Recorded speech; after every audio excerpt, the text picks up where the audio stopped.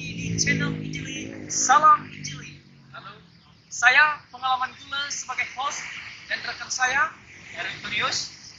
Kembali bersama narasumber kita, Bapak Dr. Junior Nathan Silalahi. Halo, selaku Ketua STT Hagiasmos Misa Jakarta.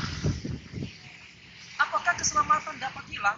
Merupakan pertanyaan yang menimbulkan banyak perdebatan dari dulu bahkan sampai sekarang. Nah, saat ini kita akan mendengarkan bersama apakah penjelasan narasumber kita tentang pertanyaan apakah keselamatan dapat hilang kepada Bapak Dr. Baik, terima kasih. Nah, saudara-saudara, tema kita adalah apakah keselamatan dapat hilang. Oleh sebab itu kita akan membaca ayat Alkitab yang diambil dari Efesus 1 ayat yang ke-13 dan 12. Di dalam dia kamu juga, karena kamu telah mendengar firman Tuhan, yaitu Injil keselamatanmu, dalam dia kamu juga ketika kamu percaya dimateraikan dengan Roh Kudus yang dijanjikannya itu. Dan Roh Kudus itu adalah jaminan bagi kita sampai kita memperoleh seluruhnya, yaitu penebusan yang menjadikan kita milik Allah untuk memuji kemuliaannya. Nah, saudara-saudara yang dikasih Tuhan, pada episode yang lalu kita telah membahas tentang predestinasi. Artinya di dalam kekekalan Allah telah mempredestinasikan orang-orang percaya di dalam Kristus adalah orang yang akan diselamatkan. Orang yang percaya adalah orang yang dipredestinasikan. Nah, saudara-saudara yang dikasih Tuhan, di sini dikatakan ketika seseorang mendengar Injil keselamatan dan ketika seorang percaya kepada Yesus Kristus sebagai Tuhan dan Juru Selamatnya secara pribadi, maka ada karya Roh Kudus yang berikutnya yang sangat luar biasa yang terjadi dalam diri seseorang. Yaitu apa? Yaitu Roh Kudus akan dimateraikan bagi orang yang percaya. Roh Kudus itu dimateraikan menggunakan istilah materai. Kita mengenal seperti sebuah perjanjian, adanya suatu perjanjian antara kedua belah pihak. Perjanjian itu dihubungi dengan materai. Maka materai itu akan ditempel dan kemudian akan ditandatangani. Ketika sudah ditandatangani, maka materai itu tidak boleh dibatalkan. Jadi, ketika kita sudah menandatangani, maka materai itu akan terus-menerus berlaku. Memang kalau perjanjian, manusia mungkin ada perjanjian berskala. Perjanjian setahun, 5 tahun, 10 tahun. Tetapi ingat, perjanjian yang dilakukan Tuhan bukanlah perjanjian yang sementara. Tetapi perjanjian yang bersifat abadi, kekal. Perjanjian yang nantinya akan berakhir ketika sampai akhir nanti. Ketika Tuhan menyempurnakan seluruhnya. Nah, di sini dikatakan bahwa dimateraikan dengan Roh Kudus yang dijanjikannya. Dan Roh Kudus itu maka tinggal secara imanen, permanen di dalam diri orang percaya dimateraikan. Dia artinya Roh Kudus itu tidak akan meninggalkan orang percaya karena sudah dimateraikan. Roh Kudus itu menjadi jaminan bagian kita. Kata kita di sana siapa? Yaitu orang percaya kepada Yesus Kristus. Menjadi bagian dan jaminan. Berarti ada jaminan. Jaminan yang diberikan Allah kepada orang yang percaya kepada Yesus Kristus adalah Roh Kudus. Bukan jaminan yang biasa-biasa, saudara. Tetapi Roh Kudus. Allah sendiri pribadi ketika dari Tritunggal itu menjadi bagian milik kita. Dan Roh Kudus itu maka di sana dikatakan yaitu kita sampai kita memperoleh seluruhnya. Kapan kita memperoleh seluruhnya? Nanti pada peristiwa akhir zaman atau yang bisa disebut di surga nanti juga akan dinyatakan kita akan memperolehnya. Kenapa? Karena Roh Kudus menjadi jaminan. Jaminan apa? Jaminan penebusan. Bayangkan saudara. Jadi bukan seperti manusia biasa. Manusia kita biasanya sering terjadi tidak, tetapi ini karena ketika kita percaya Injil Yesus Kristus, maka kita dimateraikan. Ingat, kata percaya di sini bukan percaya yang biasa-biasa, karena percaya di sini adalah iman, pistis. Artinya apa? Menaruh penuh pengharapan kepada Tuhan, kesetiaan dan ketaatan. Jadi kata iman, kata percaya di situ menaruh penuh pada Tuhan ya, secara setia dan taat, saudara. Nah, oleh sebab itu, ya, jadi tidak gampang untuk berkata bahwa seseorang yang sudah percaya Yesus, sudah lahir baru, kemudian besok dia tidak lahir baru lagi, besok dia tidak percaya Yesus lagi. Itu bukan ajaran kekristenan. Ya. Ajaran kekristenan adalah karena kata percaya, kata iman itu mengandung kata kesetiaan, ketaatan, maka dan bahkan jaminannya adalah Roh Kudus. Keyakinan pada sesuai dengan apa yang dikatakan oleh firman Tuhan, maka selama-lamanya sampai kapanpun kita tidak akan lagi menyangkal Yesus Kristus sebagai Tuhan. Kita tidak akan menolaknya lagi. Ya, justru kita akan mempermuliakannya. Nah, pertanyaannya, apakah orang percaya dapat kehilangan keselamatan? Tidak. Karena keselamatan yang sudah dianugerahkan itu, disalurkan lewat percaya lewat iman itu akan diterima dan Roh Kudus akan menjadi jaminan bagi kita. Ya. Terima kasih Pak buat materi yang telah disampaikan dan telah kita dengarkan bersama. Dan saat ini kita masuk dalam ruang diskusi pada Terima kasih. Seperti video-video kita sebelumnya, kita akan bertanya kepada beliau tentang materi yang keselamanya. Dan saat ini kita akan bertanya tentang apakah keselamatan itu bisa hilang. Jadi pertanyaan yang pertama dari saya, Pak, bagaimana orang yang percaya sudah lahir baru, tapi dalam realita hidupnya dia semakin dalam jatuh, bahkan semakin dalam berdosa, apakah dia masih mendapatkan keselamatan itu? Ya, terima kasih. Apakah seseorang yang lahir baru ya masih mungkin jatuh dalam dosa? Masih mungkin. Tapi ciri manusia baru, orang lahir baru adalah ketika jatuh dalam dosa, ya maka dia akan bangkit. Kenapa? Karena Roh Kudus yang di dalam dirinya akan menuntunnya terus untuk ya bertobat, untuk minta ampun kepada Tuhan, dan bahkan dia akan menyesal dan dia akan bangkit kembali. Roh Kudus itu terus akan bergejolak di dalam hatinya agar seseorang itu, orang yang lahir baru itu akan disadarkan kembali.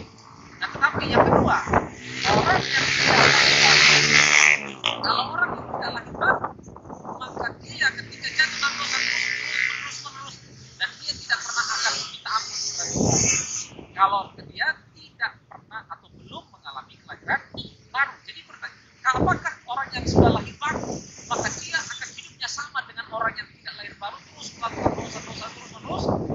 Saya kira tidak. Kenapa? Karena ciri manusia baru, maka dia akan membenci dosa. Meskipun tidak terlepas dari kemungkinan melakukan kesalahan, melakukan dosa. Nah, oleh sebab itu, di dalam kitab yang lain berkata, janganlah mendukakan Roh Kudus. Artinya mendukakan apa? Roh Kudus, ya kalau kita melakukan kesalahan, ya kan, orang lahir baru melakukan dosa, maka Roh Kudus yang ada dalam diri kita itu berduka. Kenapa berduka? Karena Roh Kudus itu ya senantiasa menegur kita. Hidup kita yang lama itu, ya apabila kita tergiur lagi, maka Roh Kudus tegur terus. Ya. Jadi kalau seseorang yang sudah lahir baru, ya terus menerus melakukan dosa, apakah itu disebut manusia baru? Sebenarnya tidak. Ya, tidak sama sekali. Ya, kira-kira. Karena saat ini saya mau bertanya, kalau kita lihat di dalam Ibrani pasal 6, di situ ada kata murtad. Dan sebagai pertanyaan saya, apakah orang yang sudah lahir baru bisa murtad? Ya, pertanyaan menarik dan ini sering sekali didiskusikan ya.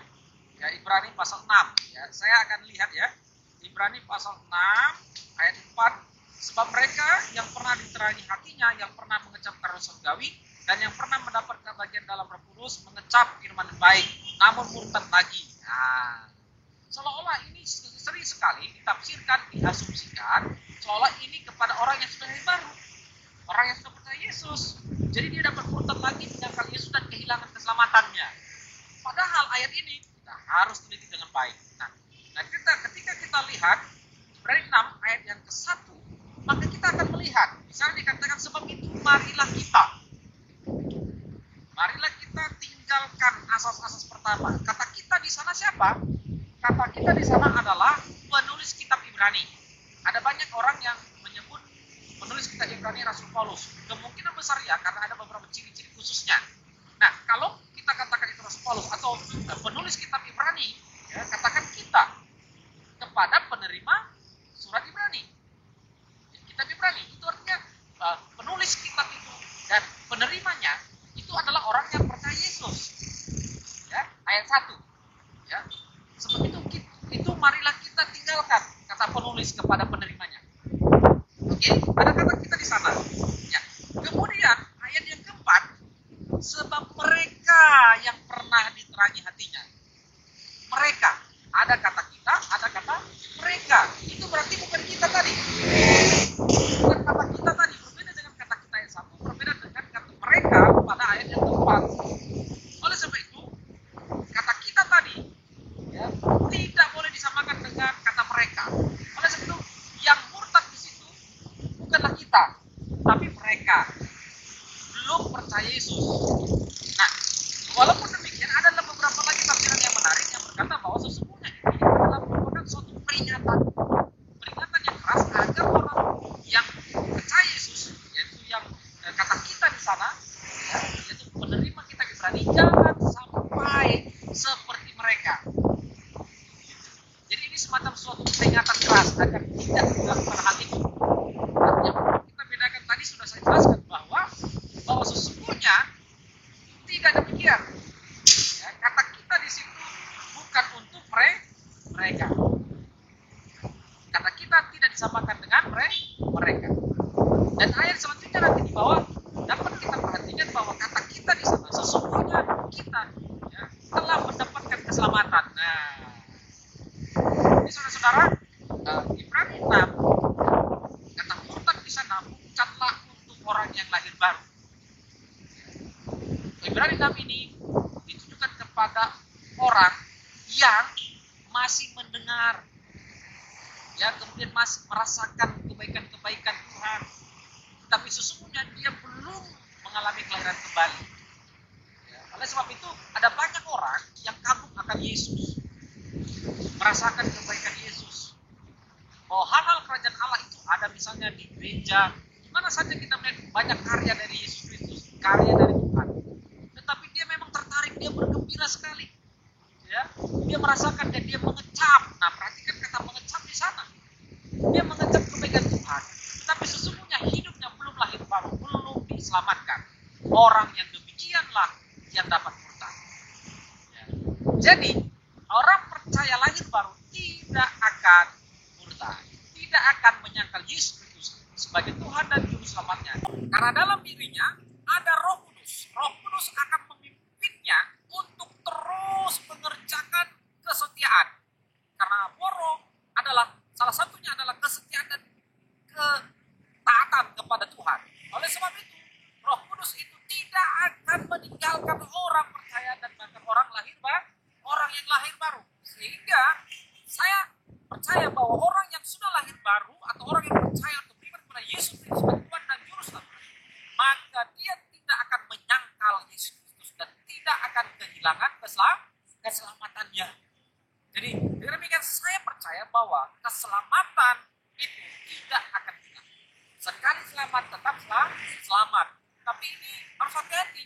Jangan disalahgunakan orang. Sekali selamat tetap selamat seolah-olah ya orang lantas kehidupannya menjadi sembarangan. Saya kira tidak demikian.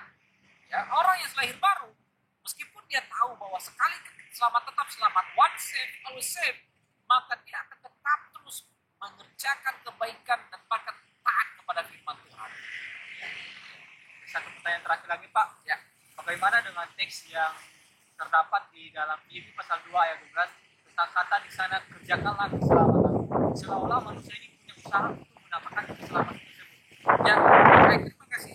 Filipi 2 ayat 12. Ya, kamu senantiasa tahan karena itu kerjakanlah keselamatan. Nah, kita harus juga perhatikan yang menggalinya dengan baik. Nah, karena kitab Filipi ini juga diberikan kepada orang percaya di Filipi. Orang yang sudah lahir baru, orang yang sudah percaya kepada Yesus Kristus. Nah, oleh sebab itu Rasul Paulus berkata, kamu senantiasa taat. Nah, kata taat di situ berarti orang Filipi, orang percaya di Filipi kan sudah taat. Karena itu tetaplah kerjakan keselamatan. Artinya mengerjakannya